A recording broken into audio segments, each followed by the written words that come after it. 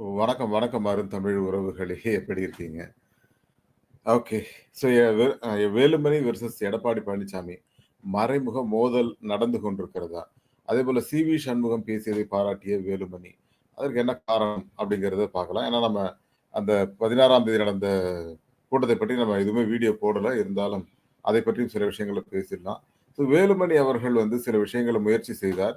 அதற்கு எடப்பாடி பழனிசாமி அவர்கள் கடுமையாக அவரை கடிந்து கொண்டார் அப்படிங்கிற ஒரு செய்தி கொஞ்ச நாள் முன்னாடி வந்தது. அதுக்கு என்ன காரணம்ங்கிறத நம்ம பார்த்துடலாம். அதுக்கு முன்னாடி உங்களுடைய கருத்துக்கள் வரவேற்கப்படுகின்றன. அதேபோல நம்ம சேனல லைக் பண்ணுங்க, சப்போர்ட் பண்ணுங்க, சப்ஸ்கிரைப் பண்ணுங்க.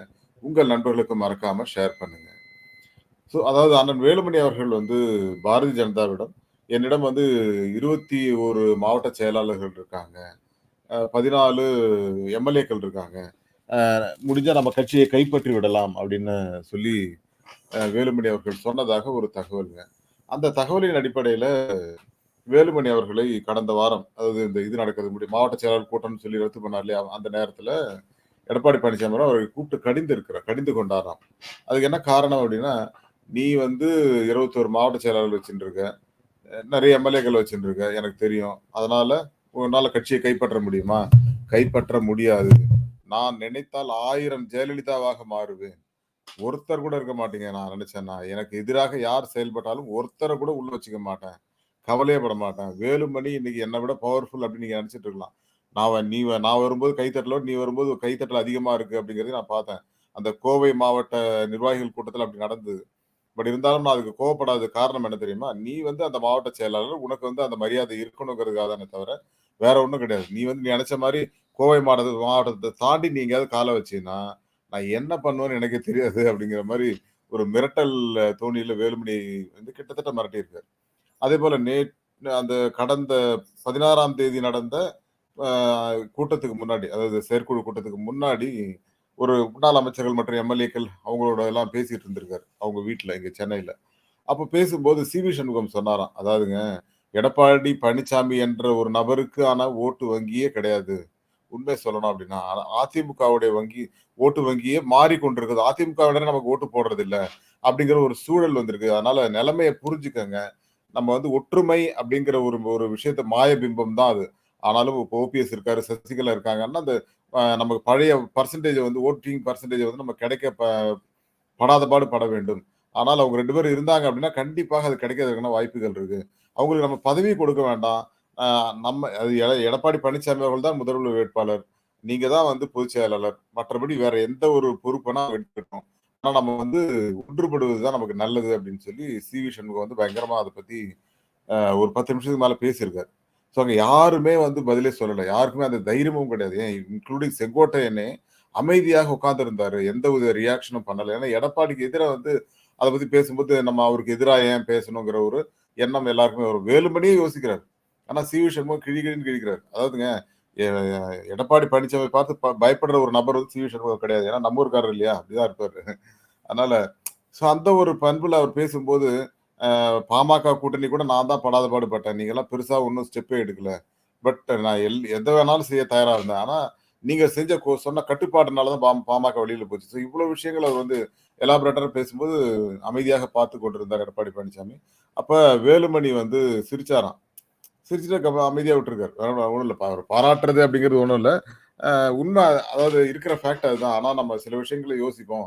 அதேபோல அண்ணன் எடப்பாடி அவர்கள் சொல்றதையும் நம்ம கேட்க வேண்டிய நிலைமையில இருக்கிறோம் அப்படிங்கிற மாரி வேலுமணி சும்மா ஒரு சால்ஜப் எடப்பாடி சப்போர்ட் பண்ற மாதிரியும், சி.வி. சண்முகத்தையும் அப்படியே ஒரு மாரி பாராட்டுற மாதிரியும் அந்த வார்த்தைகள அங்க வச்சிருக்காரு. அந்த நேரத்துல என்ன சொல்லியிருக்காரு எடப்பாடின்னா, ஒரு சின்ன விஷயம் தாங்க. சி.வி. சண்முகம் சொல்றது கரெக்ட்டு. ப பழைய ஆட்கள்லாம் வந்தா கட்சி வந்து பலமாகுங்கிறது ஓகே தான். ஆனால் அவர்கள் உள்ளே வந்தால் என்ன மாதிரியான பிரச்சனைகளை குடுப்பாங்க, அப்படிங்கிறத யோசிங்க. அதுதான் நமக்கு முக்கியம். ஸோ அந்த வகையில வந்து அ சசிகலா அவர்கள் வந்தா அவங்க குடும்பமே வரும். திருப்பி வந்து நம்மள டாமினேட் பண்ண ஆரம்பிப்பாங்க. ஒருவேள நம்ம ஆட்சிக்கு வந்தோம் அப்படின்னா, கப்பம் கட்ட வேண்டியிருக்கும். பழைய முறைக்கு நம்ம மாற வேண்டியிருக்கும். அதுக்கெல்லாம் யாரெல்லாம் தயார் அப்படின்னு சொல்லும்போது, சி.வி. சண்முகமே வாய் திறக்கல. இல்லங்க அது வேண்டாம் அப்படின்னு கூட சொல்லல அவரு. ஆனா, வேலுமணி அவர்கள் வந்து நீங்க சொல்றது அந்த வகையில கரெக்ட் தாங்க. பட் அவங்கள நம்ம கண்ட்ரோல் பண்ணுவோமே அப்படிங்கிற மாரி ஏதோ சொல்லியிருக்காரு. நீங்க இருங்க நான் பேசிக்கிறேன் அப்படின்ட்டு வேலுமணியிடம் அந்த விஷயங்கள பண்ணியிருக்காரு. இதெல்லாம் எனக்கு ஒரு அதிமுக முன்னாள் நிர்வாகிகள் மூலமாக கிடைத்த தகவல். அதுதான் நான் சொல்றேன். ஏன்னா, நம்ம ஊர்ல இல்லாதனால நெறைய விஷயங்கள் பேச முடியல. பட் இருந்தாலும் இவங்க தெளிவா பேசிறலாமே அப்படின்னு தான். ஸோ வேலுமணி அவர்கள் அந்த மாதிரி சொன்ன உடனே வேலுமணி வந்து கொஞ்சம் அமைதியாயிட்டார். சரி இவர்ட்ட எதுக்கு மோதிக்கிட்டு அப்படின்ற மாரி. ஆனால் பிஜேபியிடம் வேலுமணி சொன்ன தகவல் என்ன அப்படின்னா, நான் நினைத்தால் கட்சியை கைப்பற்ற முடியும். நான் இவரு சசிகலா வந்தால் கூட அவருக்கு பொதுச் செயலாளர் கூட குடுங்க. எனக்கு அத பத்தி கவலை இல்ல. ஆனால் சிஎம் வேட்பாளர் நான் தான். அப்படின்னு சொல்லுங்க. அதுக்கு வந்து நான் தயாரா இருக்கேன் அப்படிங்கிற மாரி ஏதோ சொல்லியிருக்காரு.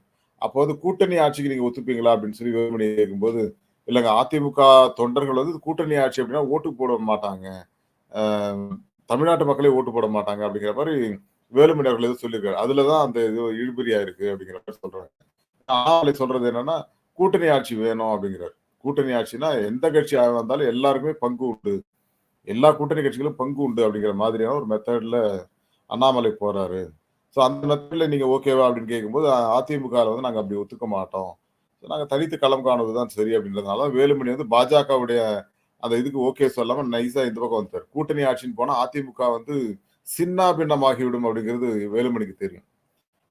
வேலுமணி வந்து முதல் வேட்பாளராக ஆசைப்பட்டாலும், அண்ணன் எடப்பாடி பழனிசாமி அவர்களை விட்டு தனியா வந்தா அது சரியா இருக்காது. இப்படி எந்த வகையும் சரியா இருக்காது.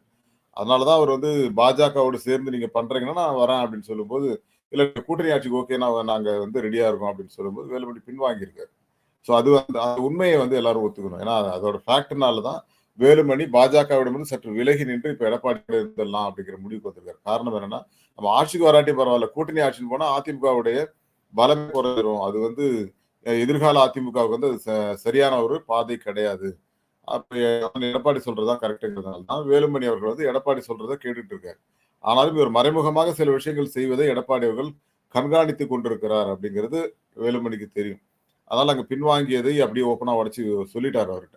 இந்த விஷயங்கள் தான் மாவட்ட செயலாளர் கூட்டம் நடத்தினால் இந்த பிரச்சனை எல்லாம் வருங்கிறதுனால, சி.வி. சண்முகம் போன்றோர்லாம் வந்து விடமாட்டாங்க அப்படிங்கிறதுனால தான், அத வேகப்படுத்தி செயற்குழுவாக மாற்றி 16ஆம் தேதி களம் கண்டார். ஏன்னா, அதுல வந்து கூட்டம் அதிகமா இருக்கும். நீங்க நெறைய விஷயங்கள பேசும்போது, அது சலசலப்பு உண்டாகும்.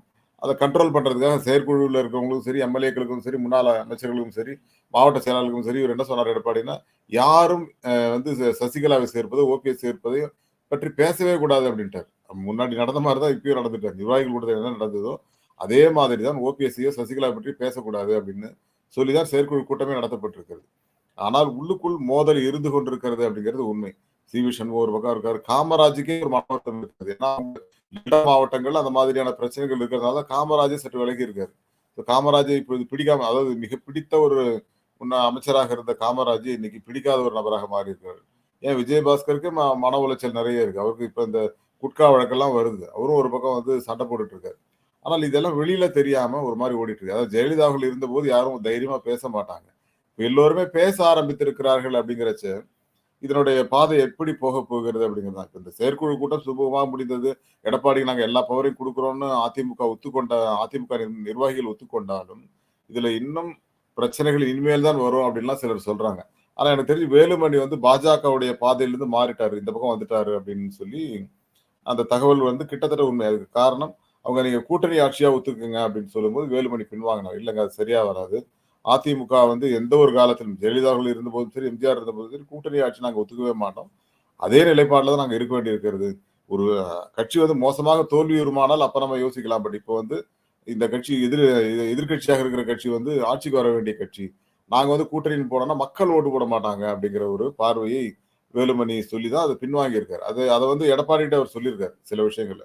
அப்படி சொல்லும்போது எடப்பாடி வந்து கோவத்துல, "நீ எப்பவும் இப்படிதான்" அப்படிங்கிற மாரி ஏதோ சொல்லி அவர சரி பண்ணியிருக்காரு அப்படின்லாம் சொல்றாங்க. ஸோ எடப்பாடி வேலுமணிக்கு மறைமுக அந்த மோதல் இருக்கிறது. அதற்கு காரணம் பதவி ஆசை தான். பதவி ஆசை யாரை விட்டது? பொதுச்செயலாளர் பதவி தனக்கு வேணும் அப்படின்னா வேலுமணி என்ன வேணா செய்ய தயாராகத்தானே இருப்பாரு. ஸோ அந்த விஷயத்துல தான் வேலுமணி அவர்கள் சற்று என்ன சொல்றது? ஒரு கன்ஃப்யூஷன்ல இருந்திருக்காரு. இப்போ வந்து இல்ல எடப்பாடி சொல்ற மாரியே போயிருவோங்கிற காரணம் என்னன்னா, கூட்டணி ஆட்சின்னு பாஜக கேட்பதால் தான். ஒருவேளை வேலுமணி தான் முதல்வர் வேட்பாளர், அதிமுக தான் வந்து கேபினெட் அமைக்க போகுது அப்படின்னா, ஓகே அப்படிங்கிற மாரி தான் அவர் போனாரு. ஆனா அங்க இருந்த சூழ்நிலை வேறு. அது அவங்க என்ன சொல்றாங்கன்னா, பாஜகவுக்கு பாதி பவர குடுக்கணுங்கிற மாதிரி கொண்டு போறாங்க. அது வந்து சரியா வராதுங்கிற மாரி பின்வாங்கி இருக்கிறார் வேலுமணி. இதுதான் அந்த தகவல். இது இது தெரிந்த பிறகு தான் எடப்பாடி பழனிசாமி பயங்கரமா அவர கடிந்து கொண்டிருக்கிறார். அவர் மீது உரிமையும் இருக்கிறது. ஏன்னா, அவங்க எல்லாம் பிசினஸ் பார்ட்னர்ஸ். அவரு, தங்கமணி, எடப்பாடிலாம் ஒரு பிசினஸ் பார்ட்னர். அதனால அவங்களுக்கும் உரிமை இருக்குது. திட்டிக்கிறாங்க சரியாயிடும் அப்படிங்கிற மாரி இருக்காங்க. ஆனா சி.வி. சண்முகம் அப்படி இல்லங்க. சி.வி. சண்முகம் வந்து வேறு மாதிரியான ஒரு மனிதர். எல்லாருக்கும் தெரிஞ்ச ஒரு விஷயம் தான். ஓப்பனா அடிச்சு உடைப்பாரு. ஜெயலலிதா அவர்கள் இருந்தபோது ஜெயலலிதாட்ட பேச மாட்டாரு. மத்தவங்ககிட்டலாம் பேசுவாரு அவரு. கோவமா பேசுவாரு. ஆனா, இப்ப இருக்கிற சூழ்நிலைக்கு சி.வி. சண்முகம் வந்து அவரும் இப்ப வெளிலலாம் போ மாட்டாருங்க. அதாவது தன்னை வந்து ஒரு உண்மையான அதிமுக தொண்டனாகவே பார்க்கிறார் சி.வி. சண்முகம். இப்ப நீங்க சாதி ரீதியிலாக அவர பார்க்க வேண்டாம். பட் ஒரு உண்மை தொண்டனாக இருக்காரு. இப்ப திமுகவை கடிந்து கொள்ளுகிறார் அப்படிங்கிற வகையில அவரு போய் திமுகவுக்கு போய் சேருவாரா? இல்ல பாஜகவுக்கு போய் சேருவாரான்னா கண்டிப்பா மாட்டாரு. சோ அந்த மாதிரியான ஒரு மனநிலை கொண்டவர் சி.வி. சண்முகம். சோ அதையும் நம்ம சொல்லித்தான் ஆக வேண்டும். சோ அண்ணன் எடப்பாடி அவர்களோட எதிர்காலம் எப்படி இருக்கப் போகிறது என்று பொறுத்திருந்து பார்ப்போம். சோ மீண்டும் ஒரு நல்ல தலைப்போடு சந்திக்கிறேன் நண்பர்களே. Thank you all and bye to எவரிஒன்.